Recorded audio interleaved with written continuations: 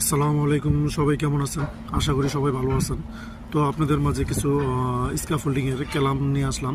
তো এটা সম্বন্ধে কিছু আপনাদেরকে জানাবো, কারণ এটা জানাটা সবারই দরকার যারা বিশেষ করে প্রবাসে থাকে। কারণ দুবাই, সৌদি আরব, কাতার, সিঙ্গাপুর, যারা যেখানেই থাকে না কেন, কনস্ট্রাকশনের কাজ করতে গেলে, স্ক্যাফোল্ডিংয়ের কাজ করতে গেলে আপনাদেরকে এই সামানগুলো অবশ্যই চিনতে হবে। দুজি অনেক জায়গায় ইন্টারভিউ দিতে গেলে দেখা গেছে আপনাদেরকে দুজি বলে যে আপনারা রাউন্ড ক্লাব নিয়ে আসেন, বা সি ক্লাব নিয়ে আসেন, পাট্টা ক্লাব নিয়ে আসেন, বা আপনি ডাবল ক্লাব নিয়ে আসেন। তো আপনি এটা কীভাবে চিহ্নিত করবেন? তা যারা কখনো দেখেই নাই, তারা স্ক্যাফোল্ডিংয়ে যাইতে চাইতেছে, তো তাদেরকে কিছু হয়তো জানতে হবে।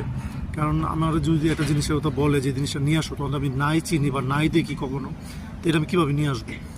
তো এটার জন্যই আপনাদের মাঝে একটা ভিডিও করলাম। তো 4টি ক্যালাম দেখতেছেন এই জায়গায়। এই 4টি ক্যালামের ভিতরে আপনার একটা ক্যালাম, এটা হচ্ছে আপনার সি ক্যালাম, যেটা সি এর মতো দেখা যায়, সাপের আকৃতি। তো এটা হচ্ছে সি ক্যালাম, এটা হচ্ছে রাটার ক্যালাম বলা হয় আর কি। এটা রাটারের জন্য এটা ঠিক আছে, যারা রাটার লাগায় এটা রাটারের জন্য লাগায়। সিঙ্গেল ক্যালামটা এটা অনেক কাজের জন্য ইউজ করা হয়, ঠিক আছে। এটাই হচ্ছে রাটার ক্যালাম বলে কেউ, বা অন্য অন্য কাজের জন্য ইউজ করা হয়।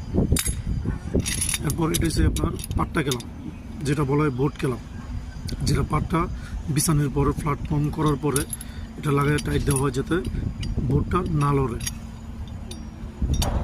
এই দুই সাইডে পরে। তো এটা কীভাবে করে এটা পরে দেখাবো। এটা হচ্ছে রাউন্ড ক্যালাম, বেসিংয়ের কাজের জন্য লাগে, ঠিক আছে। এটার নাম হচ্ছে রাউন্ড ক্যালাম, যেটা বলে মুভি ক্যালাম, এটা এদিকে মুভ করে। আর এটা হচ্ছে ফিক্সড ক্যালাম, এটা হচ্ছে ফিক্সড ক্যালাম।